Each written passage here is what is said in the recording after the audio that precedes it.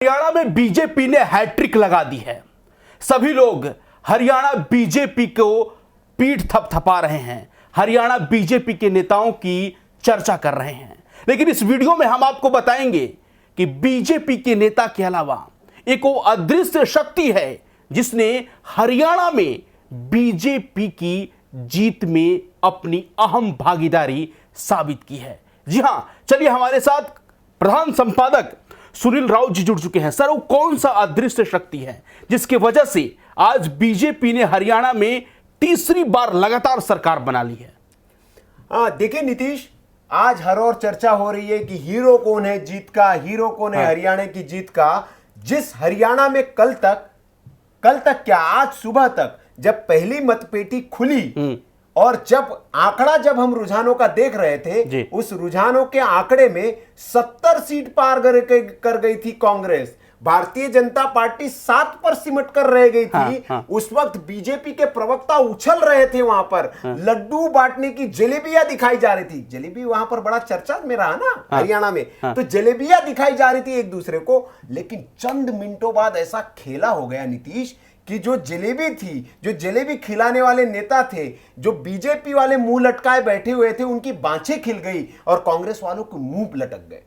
अचानक ऐसा क्या हो गया?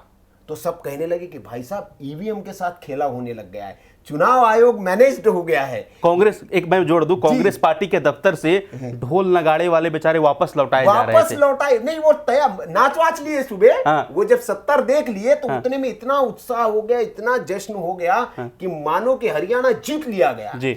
ये वैसे ही हुआ। मैं आपको याद दिला दूं, आपको किस्सा दर्शकों को भी याद होगा, 2015 की याद मुझे आ गई। 2015 में बिहार में भारतीय जनता पार्टी के साथ ऐसे ही हुआ था। बिहार का चुनाव आपको याद होगा, बिहार खूब लड्डू बट गए, ढोल नगाड़े सब बज गए। शुरुआती रुझानों में बीजेपी बम बम कर गई। 1 बजे मामला, 1-2 बजे मामला, 1 बजा वो ऐसे आंकड़े उल्टे कि बीजेपी वालों के मुंह लटक गए थे। आज सेम पिक्चर दोहराई गई है। वो साल 2015 का था, ये साल 2024 का है। वो पार्टी बीजेपी थी, ये पार्टी कांग्रेस है। बस इतना ही अंतर हुआ, फिल्म एकदम सेम टू सेम हो गई। अब ऐसा कैसे हो गया? ये सब इस पर विचार कर रहे हैं, मंथन कर रहे हैं। राजनीतिक पंडित अपनी बुद्धि दौड़ाते रह गए, एग्जिट पोल वाले गली गली जाकर वो लोगों की राय लेते रह गए। भाई साहब, ये जब मशीनें खुली तो मामला बदल कैसे? एग्जिट पोल वाले का मोबाइल ऑफ आ रहा है इस वक्त, मोबाइल ऑफ आ रहा है, मोबाइल ऑफ आ रहा है उनका। वो भाई साहब, एक एजेंसी थी, वो पिछले चुनाव में वो रोए हुए थे स्टूडियो में। भाई साहब, वो गायब है, इस चुनाव में दिखे नहीं। अगले बार के चुनाव में आप 3-4 और गायब पाएंगे। अब नई एजेंसियां अस्तित्व में आएंगी और हम तो कहेंगे कि इन एजेंसियों को नमस्ते कर देना चाहिए। हमसे पूछ ले भाई साहब, हम बता देंगे। हम लोगों ने तो 3-3 चुनाव में सटीक आंकड़े दिया, वोट शेयर तक एग्जैक्ट बता दिया है। फर्जी वाला एग्जिट पोल नहीं मिलेगा आपको। यहां पे मिलेगा जमीनी स्तर का डेटा, जमीन से जुड़े लोगों से बात करके जो जमीन पर है वो हम आपको बताते हैं। तो पाठक हम आ रहे थे कि ये कैसे हुआ चमत्कार? क्या कोई अदृश्य शक्ति थी जो भारतीय जनता पार्टी के लिए वहां काम कर रही थी? आपने जिस शक्ति का जिक्र किया, जी हां, भारतीय जनता पार्टी नहीं, हरियाणा में एक अदृश्य शक्ति भी काम पर लगी हुई थी और उस अदृश्य शक्ति ने हरियाणा के पूरे मिजाज को बदल दिया। जो हरियाणा कल तक या चुनाव से कुछ दिनों पहले तक भारतीय जनता पार्टी के विरोध में था, जो जमीनी हवा भारतीय जनता पार्टी के खिलाफ बह रही थी, उसको भारतीय जनता पार्टी के पक्ष में कर दिया गया। ग्राउंड पर उस अदृश्य शक्ति ने ऐसा काम किया कि फिजा बदल दी गई। अब आप कहेंगे वो अदृश्य शक्ति कौन है? जी हां, तो वो अदृश्य शक्ति वही है। कांग्रेस पार्टी इस मुगालते में रही, राहुल गांधी मजे लेते रहे कि आरएसएस और भारतीय जनता पार्टी के बीच में खटपट चल रहा है। वो अरविंद केजरीवाल जी इधर नए नए नैरेटिव सेट करते रह गए, लेकिन वही आरएसएस हरियाणा में भारतीय जनता पार्टी के लिए बैटिंग कर रही थी, ग्राउंड पर काम कर रही थी। नीतीश, मैं आपको बताऊं, हमारे दर्शक इस आंकड़े को सुनकर हैरान रह जाएंगे कि पिछले 4 महीने में राष्ट्रीय स्वयंसेवक संघ ने हरियाणा के गांव-गांव में, हरियाणा की गली गली में, हरियाणा के शहर शहर में 16,000 बैठकें की। कितनी? 16,000 बैठकें राष्ट्रीय स्वयंसेवक संघ के नेताओं ने, कार्यकर्ताओं ने की। और किनके बीच गए ये कार्यकर्ता, आपको पता है? ये कार्यकर्ता गए गैर जाट समुदाय के बीच।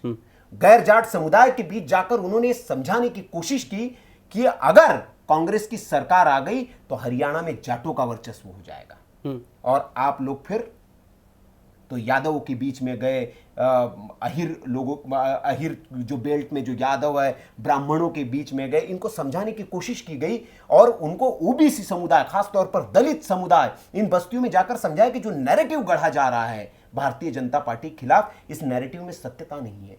और आप देखिए सैनी साहब को मुख्यमंत्री बनाया गया। ये सच्चाई जो है, आरएसएस ने लोगों के दिमाग में जो भ्रम का एक चादर जो कांग्रेस पार्टी नैरेटिव करके प्रचार के जरिए जो फैला रही थी, उस भ्रम को दूर करने का काम राष्ट्रीय स्वयंसेवक संघ ने वहां ग्राउंड पर जाकर किया, बैठकें की। और इस बैठक का नतीजा यह रहा कि जब ईवीएम खुली तो सीटों के नतीजे देखकर सारे राजनीतिक विश्लेषकों की हवा उड़ गई।